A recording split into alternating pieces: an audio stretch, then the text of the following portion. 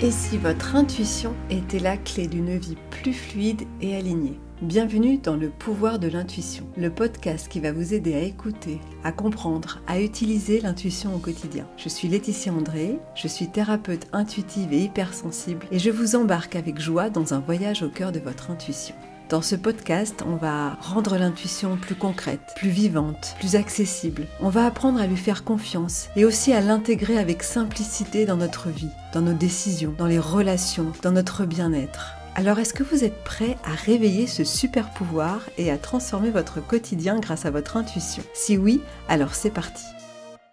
Et si l'univers vous parlait plus souvent que vous ne le pensiez? Bonjour à tous. Aujourd'hui, j'avais envie qu'on parle d'un sujet que je trouve fascinant, intriguant et même parfois déconcertant. Ce sont les signes et la synchronicité. Est-ce qu'il vous est déjà arrivé de penser à quelqu'un et quelques instants plus tard, vous recevez un message de sa part? Ou bien tomber par hasard sur une info, sur une phrase qui répondait exactement à une question que vous vous posiez? Est-ce que c'est le hasard? Est-ce que c'est le destin ou un message de l'univers? En tout cas, si vous vous êtes déjà posé cette question, je pense que ce podcast peut vous intéresser, donc restez bien à l'écoute car dans cet épisode, on va explorer ensemble pourquoi certaines coïncidences sont en réalité des messages, comment reconnaître les vrais signes qui confirment votre intuition, et on fera à la fin un test assez rapide pour vérifier si l'univers nous parle vraiment et si on est connecté avec lui. Alors si vous êtes prêts à voir le monde sous un nouvel angle, c'est parti.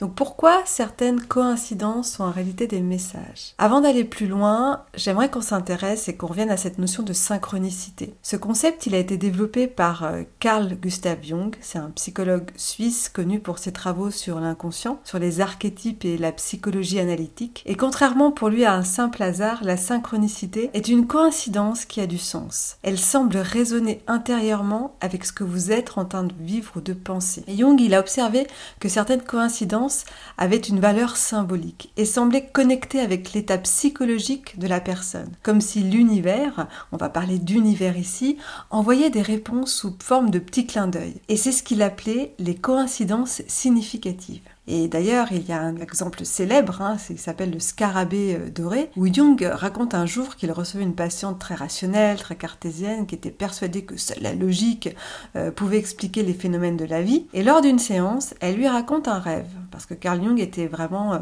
travaillait beaucoup aussi sur la notion du rêve. Et elle lui raconte un rêve où elle reçoit un scarabée doré en cadeau, et c'est un rêve qui se répète. Et au moment en tout cas, elle lui parle de ce rêve, à ce moment-là, un bruit se fait entendre à la fenêtre. Jung se lève.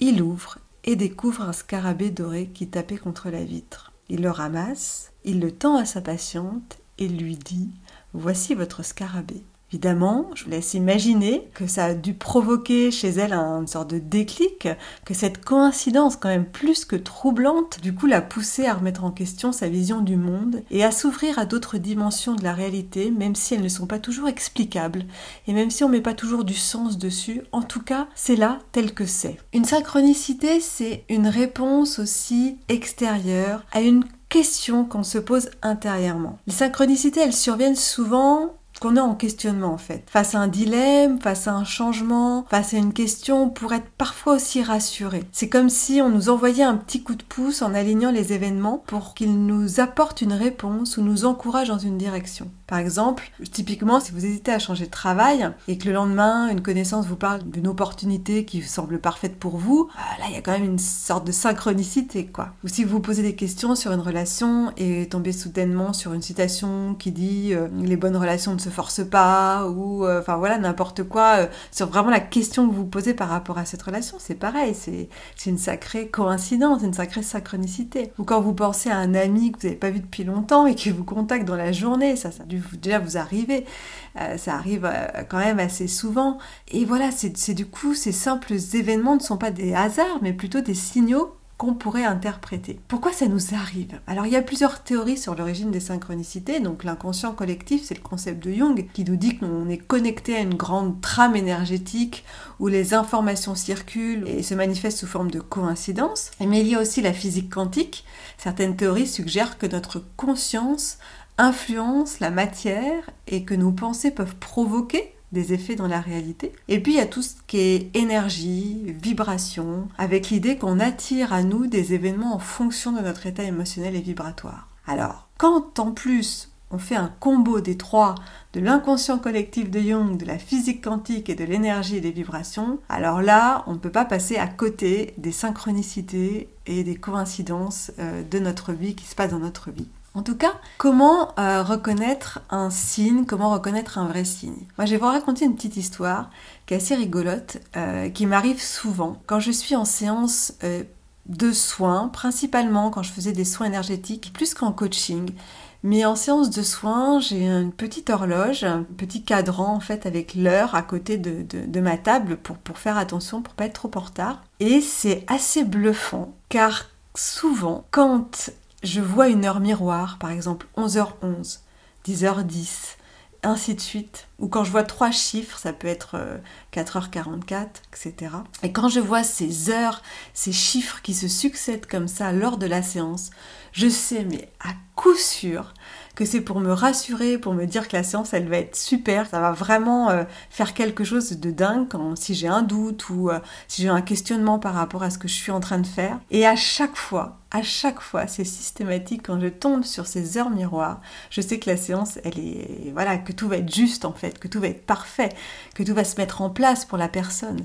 Et c'est bluffant parce que ça fait maintenant 16 ans que je fais ces soins, que je fais ce métier de thérapeute et ça fait 16 ans que je vois ces chiffres. Mais régulièrement, sur une journée, je sais pas, sur 5 séances, je vais les voir hyper souvent et quasiment à chaque séance. Et c'est fou parce que souvent j'ai les yeux fermés, souvent je suis dans ma séance. Et je vois ces chiffres, dès que j'ouvre les yeux, bam, je tombe sur ces heures miroirs. Ou même avant, des fois, de commencer, quand il est, je sais pas, 15h15 et que la séance a commencé à 15h.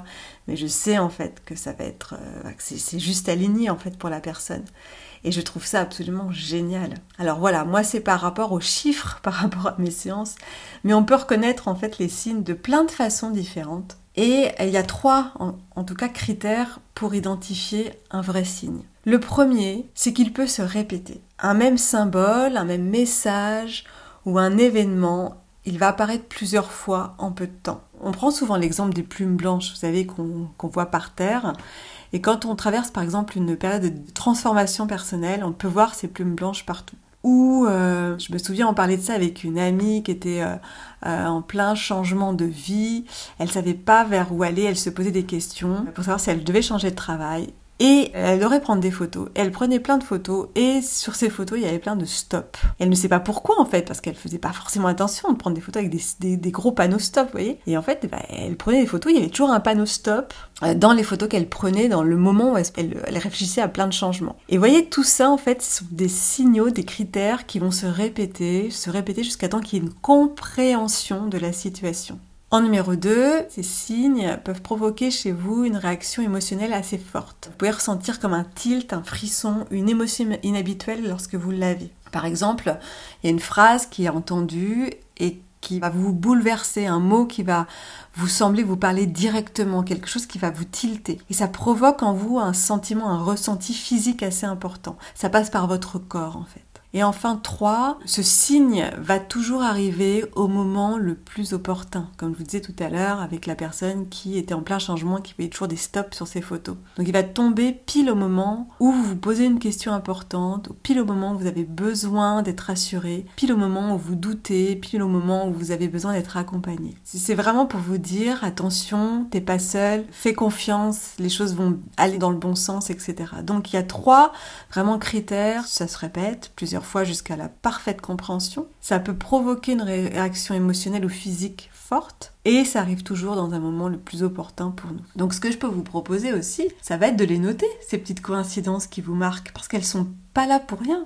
Et peut-être que plus vous allez les observer, plus elles se manifesteront aussi. Et peut-être que plus vous les observez aussi, plus vous allez comprendre ce qu'elles veulent vous dire. Parce que parfois on passe aussi à côté, on se rend pas forcément compte. Et je trouve que c'est intéressant, en tout cas, de pouvoir y mettre du sens et de les intensifier aussi comme vous avez besoin. Ensuite, on pourrait faire peut-être un test. Un test pour savoir si l'univers nous parlait vraiment. Ça peut être assez efficace. Dans un premier temps, on va choisir un signe précis.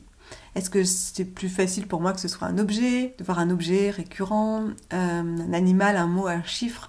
En fait, il faut quelque chose de distinct, mais pas trop courant non plus. Tout à l'heure, on parlait de la plume blanche, c'est vrai que c'est intéressant. Ça peut être le mot confiance, le stop dont je vous parlais aussi, c'était assez percutant. Le chiffre 11h11 ou les plaques d'immatriculation, 333, 444, 222, enfin, etc. Ça va être des signes. Envoyer ce message, de dire, voilà, moi je suis plus peut-être portée sur les signes, peut-être plus sur le mot que je vais voir plusieurs fois, stop, confiance, paix, etc.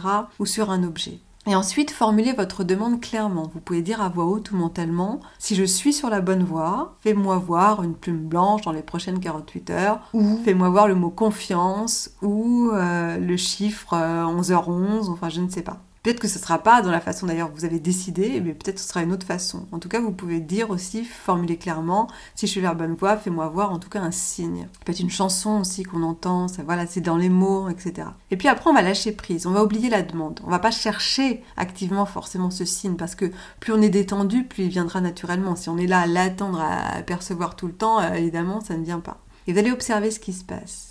Si votre signe apparaît sous une forme peut-être inattendue, peut-être rien à voir avec ce que vous aviez voulu dès le départ, mais en tout cas, ce qui va être intéressant, ça va être de noter votre ressenti au moment où il apparaît. Et puis notez ce que ce signe aussi veut dire. Alors si c'est un mot, c'est assez étonnant, parce que quand, par exemple, vous voulez changer de travail, ou changer de vie, et que vous avez le stop tout le temps, là, ça va être intéressant de se poser la question, mais pourquoi en fait je vois ce stop? Est-ce que c'est parce que peut-être que c'est pas le moment, ou que le choix que je suis en train de faire ne me correspond peut-être pas, je suis peut-être dans une fuite et que c'est pas en effet le moment d'aller un petit peu plus loin. Donc tout ça c'est intéressant. Et je pense que de mettre du sens après sur ce signe va vous permettre de comprendre ce que ça a à vous dire. Parce qu'une plume blanche, ça reste une plume blanche, quoi. Mais pourquoi elle est là? Pourquoi cette plume blanche? Donc, demandez bien, si je vois tel signe, ça voudra dire ceci. Sinon, ça passe. Parce que sinon, vous allez pouvoir...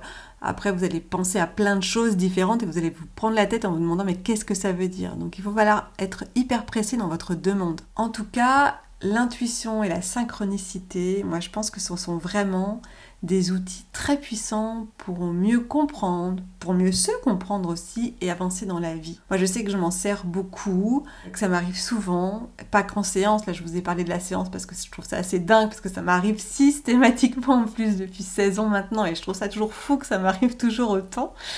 Mais bon, voilà, c'est toujours, je pense, un petit clin d'œil de l'univers m'envoie pour me dire « T'inquiète, on est là » et ça me fait toujours rire en fait, voilà, et c'est un vrai moment de bonheur en fait de voir ces coïncidences-là. Et peut-être que la prochaine fois aussi que vous allez vivre une drôle de coïncidence, ne vous dites pas c'est étrange, mais plutôt mais quel est ce message pour moi? Donc peut-être votre mission dans les prochains jours, ça va être d'ouvrir l'œil et de noter une synchronicité qui vous interpelle ou que vous avez eue, et vous serez peut-être surpris. En tout cas, souvenez-vous, je pense moi que les signes existent, encore faut-il juste leur prêter de l'intention. C'est déjà la fin de cet épisode, j'espère qu'il vous aura aidé à voir votre intuition autrement. Dites-moi en commentaire ce que vous en avez pensé, et si vous voulez aller plus loin, vous pouvez me suivre sur Instagram, tous les liens sont dans la bio. N'hésitez pas à partager cet épisode si vous connaissez quelqu'un qui aurait bien besoin d'écouter son intuition un peu plus. En tout cas, on se retrouve très vite pour un nouvel épisode. D'ici là, observez, testez, faites confiance à cette petite voix intérieure. À bientôt!